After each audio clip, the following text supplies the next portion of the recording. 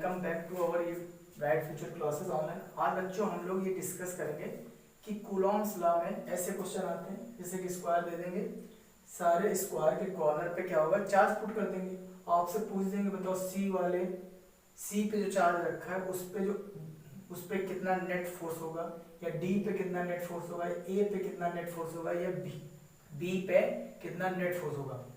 ऐसे ट्रायंगल बना के देते हैं, इसमें पूछते बताओ बी पे नेट फोर्स बताओ कितना होगा, ए पे नेट फोर्स मतलब है कुल कितना बल लग रहा है सी पे। ठीक है, तो ऐसे क्वेश्चन को सॉल्व करने के हम तरीका बहुत सीखेंगे। ठीक, कैसे सॉल्व किए जाते हैं ऐसे क्वेश्चन को। और पहले तो पढ़ते हैं हम लोग कि कूलॉम्स लॉ क्या होता है। एक्चुअली में कूलॉम्स लॉ क्या होता है, उसके बाद हम लोग ये क्वेश्चन प्रैक्टिस करेंगे। ठीक है, तो सबसे पहले बच्चों कूलॉम्स लॉ देखते हैं। कूलॉम्स लॉ क्या होता है, दो चार्जेस, मान ले ये क्यू चार्ज है, प्लस क्यू हो। अब ये प्लस प्लस प्लस भी हो सकते हैं, माइनस माइनस भी हो सकते हैं, तो या प्लस माइनस भी हो सकते हैं। ये मान लिया Q1 है, ये Q2 है, और इनके बीच की दूरी कितनी है, R है। कितनी है बच्चों, R है। ठीक है, अब ये पता बोला था कि जब ये स्टेशनरी चार्ज होते हैं, स्टेशनरी मतलब स्थिर बिंदु आवेश होते हैं, जो स्थिर बिंदु आवेश होते हैं, तो कूलॉम्स लॉ बोला था। तो जो स्थिर बिंदु आवेश जो Q1 Q2 होता है, उनके जो फोर्स होता है जो डायरेक्टली प्रोपोर्शनल होता है, समानुपाती होता है Q1 Q2 के, और जो फोर्स होता है इनडायरेक्टली प्रोपोर्शनल होता है, व्युत्क्रमानुपाती होता है रेडियस के स्क्वायर का वर्ग। व्युत्क्रमानुपाती होता है रेडियस के स्क्वायर का वर्ग। अब हम लोग क्या करते हैं, तो जो किन्हीं दो बिंदु आवेश, किन्हीं दो स्थिर बिंदु आवेशों के बीच जो उनका फोर्स होता है वो चार्ज के मल्टीप्लाई होता है, और जो दूरी होता है स्क्वायर के, दूरी जो होती है स्क्वायर के वर्ग मतलब कि स्क्वायर के वर्ग के व्युत्क्रमानुपाती होता है। तो इनको हम दोनों को अरेंज करने की कोशिश करते हैं, तो एफ आता है डायरेक्टली प्रोपोर्शनल Q1।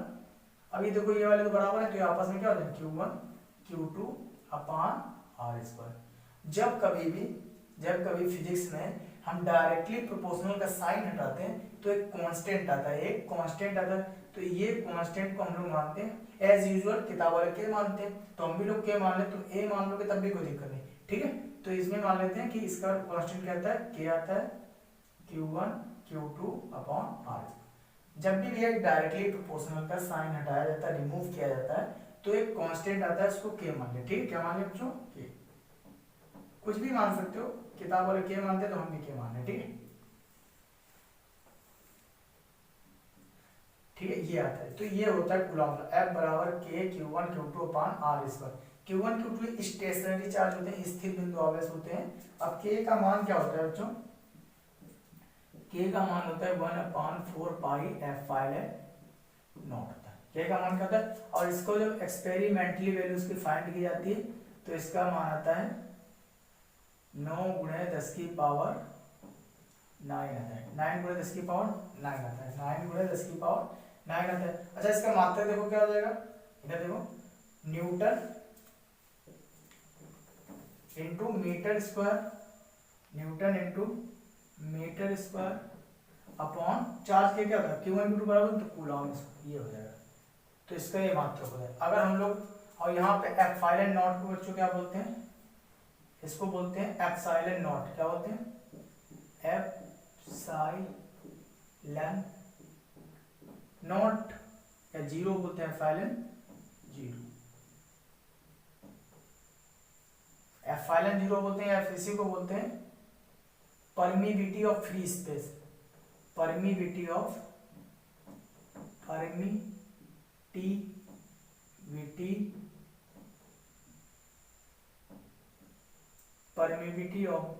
बोलते हैं। क्या बोलते हैं, permittivity of free space, permittivity of free space. और इसका वैल्यू कैसे निकालते हैं, चलो परमिविटी ऑफ फ्री स्पेस निकालना है एप्सिलॉन नॉट, तो एप्सिलॉन नॉट को अगर आपको निकालना है तो देखो एप्सिलॉन नॉट इधर ले जाए और ये दुनिया का जो इसको नीचे लाए, तो एप्सिलॉन नॉट का वैल्यू अगर निकालना चाहो तो क्या आ जाएगा, देखो ना, ये इधर जाएगा तो 1/4, और पाई का मान 3.14 या 22.4, और ये दुनिया का बॉल जो है 9 गुणे 10 की पावर 9, और मात्रा क्या आ जाएगा, न्यूटन इंटू मीटर स्क्वायर, और ये कूलॉम में नीचे है तो ये कहाँ चला जाएगा, ऊपर चला जाएगा। कहाँ चला जाएगा, अब इसको आप सॉल्व करोगे, एप्सिलॉन नॉट का वैल्यू आता है 8.85 इंटू 10 की पावर -12, और मात्रा क्या हो जाएगा, coulomb upon newton into metre square, newton into metre square हो जाएगा। ये मात्रा का है। इसकी कभी कभी डायमेंशन पूछने थे, बोर्ड में काफी बार पूछा गया, इसकी डायमेंशन पूछते हैं एप्सिलॉन नॉट की, बताओ permittivity of free space dimension. अगर आपको मात्रक पता है तो डायमेंशन निकालो। ऊपर क्या है, कूलॉम है, और कूलॉम को क्या होता है, कूलॉम का क्या होता है, Q बराबर होता है I इंटू टी। तो यहाँ पे Q C स्क्वायर, देखो और बार फिर लिख देते हैं, C स्क्वायर इसको coulomb square newton into metre square. देखो कूलॉम का इसको Q, इसको Q है, कूलॉम का मात्रक Q होता है, तो इसको लिख सकते हैं I T का होल स्क्वायर। न्यूटन किसका मात्रक होता है बच्चों, फोर्स का, फोर्स की बीमा क्या होती है, हम लोग डायमेंशन निकालने से ML/T-2 याद होनी चाहिए। और डायमेंशन को क्या करते हैं, ये ब्रैकेट में क्लोज करते हैं, ठीक है। तो M इसको यहाँ पे हम लोग रखते हैं, ये वाले वैल्यू यहाँ पे पुट करते हैं, ठीक है, ML/T-2। और मीटर, मीटर किसका मात्रक होता है, दूरी, दूरी की बीमा क्या होती है, लेंथ, दूरी की बीमा क्या होती है, लेंथ। तो ये है देखो यहाँ पे, दिख रहा है, इसको हम उठा के आप लिख देते हैं इधर इस साइड पे, तो क्या हो जाएगा, m ऊपर जाएगा बच्चों, तो एप्सिलॉन नॉट का क्या आ जाएगा, m ऊपर जाएगा, तो m -1 हो जाएगा, ये ऊपर जाएगा, ठीक है। अब ये l है और ये l स्क्वायर, कितना हो जाएगा, l क्यूब हो जाएगा, कितना हो जाएगा, l क्यूब हो जाएगा। ऊपर जाएगा तो माइनस का l क्यूब हो जाएगा, ऊपर जाएगा तो माइनस का l क्यूब हो जाएगा। अब ये t-2 है, और ऊपर t स्क्वायर है, ऊपर माइनस जाएगा प्लस जाएगा, तो t4 हो जाएगा, t4। और ये I लिख दिया करो, या I लिख दो, I की पावर 2 लिख दोगे तब भी सही है, I की पावर 2, ये डायमेंशन है। लेकिन हम लोग क्या करते हैं, यहाँ पे I ना लिखा करो, A लिख दिया करो, क्या लिख दिया करो, A, एम्पियर, क्या होता है, एम्पियर। तो यहाँ भी A कर दें, कोई दिक्कत नहीं, ठीक है। I लिख दोगे तब भी गलत नहीं है, लेकिन यहाँ पे A लिख दिया करो, ठीक है। तो सबसे पहले लिखने का तरीका होता है, पहले M वाली डायमेंशन लिखी जाती है, फिर L वाली लिखी जाती है, फिर T वाली, फिर अदर लिखा करो, ये सीक्वेंस होता है। अगर आप L पहले लिख दोगे, T वाली लिख दोगे, तब भी कोई दिक्कत नहीं है, लेकिन ऐसे लिखोगे, ये किताबों में लिखने का ट्रेंड होता है, ठीक है, ठीक है, इतना नोट करो। कहते हैं उसके, अब ये जो दो चार्ज थे Q1 एंड, इनको मिलाने वाली लाइन स्टेशनरी चार्ज से Q2, इनके बीच की दूरी r थी। अब मान लो यही सेट उठा के, ये जो सिस्टम में उठा के हमने किसी माध्यम में डाल दिया, किसी माध्यम, और माध्यम का जो, इसको माध्यम को बोलते हैं डाइलेक्ट्रिक कांस्टेंट K होता है। तब यही जो 1/4 पाई एप्सिलॉन नॉट आया था Q1 Q2 पर आंसर, इसका फॉर्मूला चेंज होता है, कुछ ऐसे जाता है, F बराबर 1 ये देखो किसमें था, epsilon not Q1 Q2 upon r। इसको माना जाता है कि, ये माना जाता है कि तुम्हारा कहाँ पे फोर्स, कहाँ पे, ये वैक्यूम में, कहाँ पे, एयर में या वैक्यूम, निर्वात। वैक्यूम निर्वात उसको कहते हैं जहां पे मतलब कोई रेजिस्टेंस ना हो, कोई प्रतिरोध ना हो, एकदम खालीपन हो, ठीक है, उसको। अब हमने लेकिन इसको उठा के, ये पहले था, अब इसको उठा के हमने कहा किसी माध्यम में, जो कूलॉम्स लॉ होते हैं पता है, माध्यम पे निर्भर करते हैं, जबकि जो ग्रेविटेशनल फोर्स होते हैं माध्यम पे निर्भर नहीं करते हैं, ठीक है।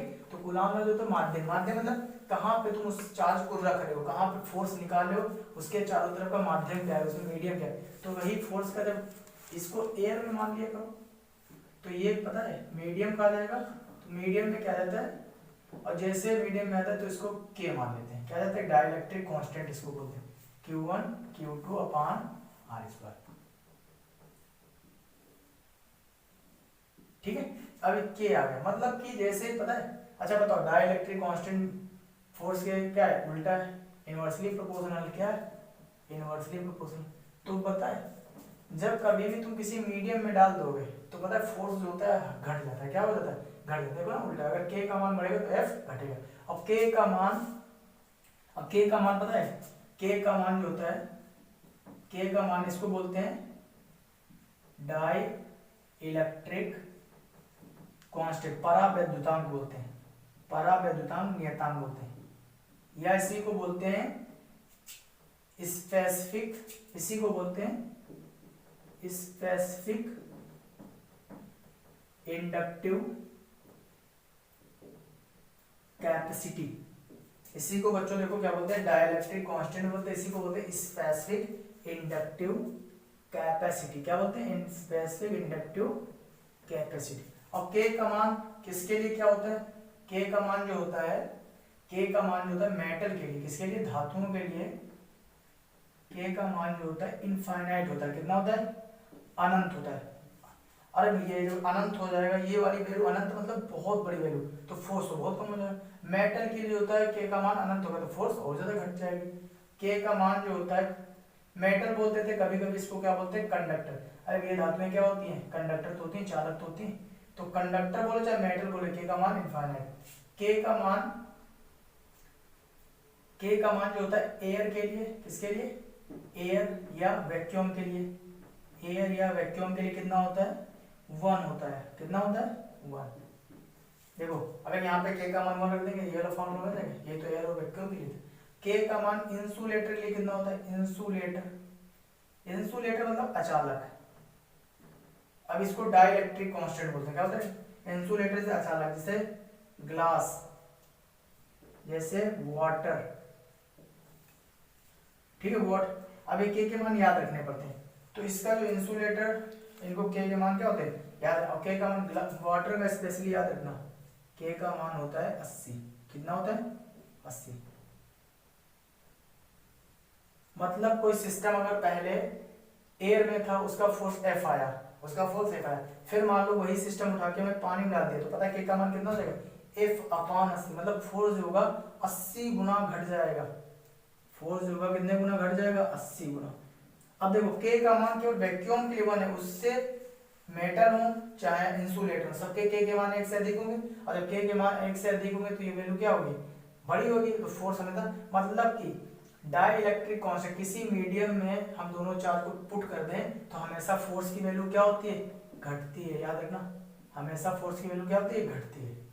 एयर और वैक्यूम के लिए के का मान 1 होता है, कंडक्टर के लिए इनफाइनाइट। तो इंसुलेटर के लिए के का मान 1 से ज्यादा ही होगा, कुछ भी हो, याद रखना पड़ता है, पेपर में आ जाता है, खुद दे देते हैं, ठीक है। तो वाटर का स्पेशली याद रखना कितना होता है, 80 होता है।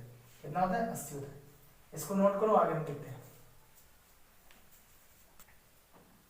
अब बच्चों में देखने जा रहे हैं कि रिलेटिव परमिटिविटी टर्म आता है, आपेक्षिक परावैद्युतांक। रिलेटिव परमिटिविटी क्या होता है उसके बारे में देखते हैं। रिलेटिव परमिटिविटी देखते हैं, तो हमने पढ़ा कि एफ एयर में बोलो या वैक्यूम में फोर्स कितना है बच्चों, 1/4 पाई F0 Q1 Q2 upon R²। Vacuum में F0 क्या होता है, परमिटिविटी ऑफ फ्री स्पेस। अब हमने इसको मान लो किसी मीडियम में डाल दिया, किसमें डाल दिया, मीडियम में, तो इसका मीडियम में, अब वैक्यूम तो है ना, तो कोई मीडियम हो तो इसको मान लिया ई आ जाता है, इसको बोलते हैं ई बोलते हैं, ठीक, परमिटिविटी ऑफ मीडियम बोलते हैं। इसको बोले थे परमिटिविटी ऑफ फ्री स्पेस बोले थे, इसको परमिटिविटी ऑफ मीडियम, और Q1 Q2 अपॉन R²। अगर ये इक्वेशन 1 मान ले, ये इक्वेशन 2 मान ले, पहले और दूसरे को क्या कर दें, डिवाइड करें, तो 1/4 पाई से कैंसिल आउट हो जाएगा, और ये क्या हो जाएगा, F air upon F medium बराबर, ये ऊपर चला जाएगा और ये नीचे आ जाएगा। अब इसे ही, ये इसी की जगह पे हम लोग क्या लिख देते हैं, इसकी जगह पे ई आर बराबर ई अपॉन F0। इसको बोलते हैं रिलेटिव परमिटिविटी। क्या बोलते हैं, रिलेटिव परमिटिविटी।